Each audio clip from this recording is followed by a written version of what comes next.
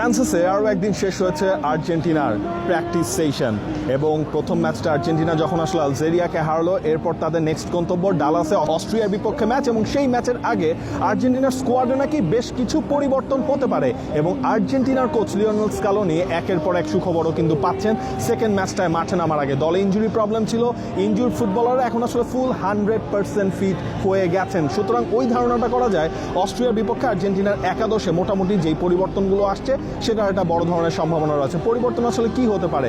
Lautaro মার্টিনেজের জায়গায় উলিয়ান Alvarez, last ম্যাচটা তিনি স্টার্ট করতে পারেন নাই, এরপর কিন্তু আলভারেজের কিছু টিপস অ্যান্ড ট্রিক্স আমরা সেই ম্যাচটায় দেখেছি, যদিও আলভারেজ সেই ম্যাচে আসলে গোল করতে পারেন নাই। গেল বিশ্বকাপেও যেমন লিওনেল স্কালোনিকে ওই মধুর সমস্যাটায় পড়তে হয়েছিল, আলভারেজ নাকি লাউতারো মার্টিনেজ, আলভারেজ ফিট হয়ে যাওয়া আবারও তাকে সেই সমস্যাটায় পড়তে হচ্ছে, এটা মোটামুটি আমরা ধরেই নিতে পারি। আরও কিছু আসলে পজিশন ছিল, যেমন রাইট ব্যাকের ঘটনাটা আসলে কি ছিল?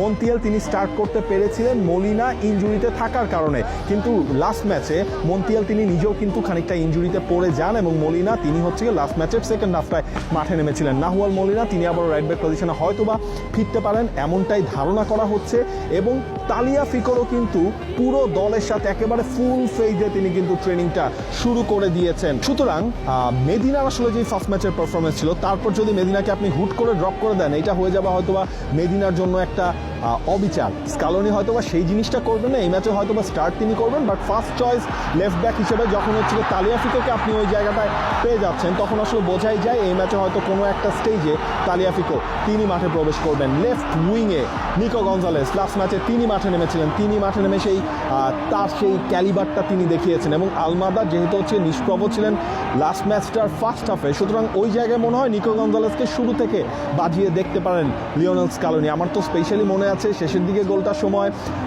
নিকো গঞ্জালেস তিনি লেফট সাইড থেকে একটা কাটব্যাক করেছিলেন, সেখান থেকে কিন্তু আর্জেন্টিনা ওই গোলটাও আসলে দিয়েছিল।